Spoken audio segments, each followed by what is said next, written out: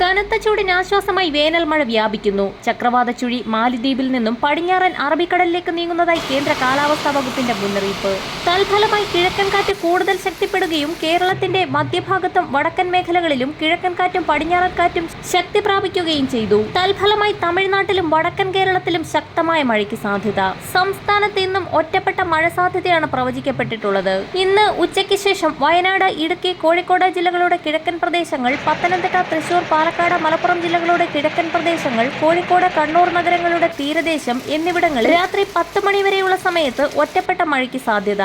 തിരുവനന്തപുരം ജില്ലയിൽ ഉച്ചയ്ക്ക് ശേഷം ചാറ്റൽ മഴയ്ക്ക് സാധ്യത. പാലക്കാട് മുതൽ കാസർഗോഡ് വരെയുള്ള ജില്ലകളിൽ ഇന്നും കേന്ദ്ര കാലാവസ്ഥാ വകുപ്പ് ഇടത്തരം മഴയ്ക്കുള്ള സാധ്യത പ്രവചിച്ചിട്ടുണ്ട്.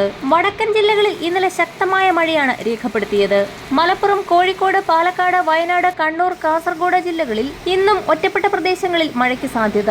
ഏകദേശം 10,000 കിലോമീറ്റർ അകലെ പസഫിക് മഹാസമുദ്രത്തിൽ നിന്നെത്തിയ ഈർപ്പ പ്രവാഹത്തെ കിഴക്കൻ കാറ്റ് വലിച്ചടിപ്പിക്കുകയും തമിഴ്നാട്ടിലും വടക്കൻ കേരളത്തിലും മഴ നൽകുകയും ചെയ്യും. മാർച്ച് 15 വരെ ഒട്ടുമിക്ക ജില്ലകളിലും ആശ്വാസമായി വേനൽ മഴ ലഭിക്കുമെന്നാണ് കാലാവസ്ഥാ വിഭാഗം മുന്നറിയിപ്പ് നൽകുന്നത്. കാറ്റിന്റെ അഭിസരണ രേഖ വടക്കൻ ജില്ലകൾക്ക് മുകളിൽ നിലനിൽക്കുന്ന സാഹചര്യത്തിൽ ഇടിമിന്നലോട് കൂടിയ മഴ ലഭിക്കാനാണ് സാധ്യത.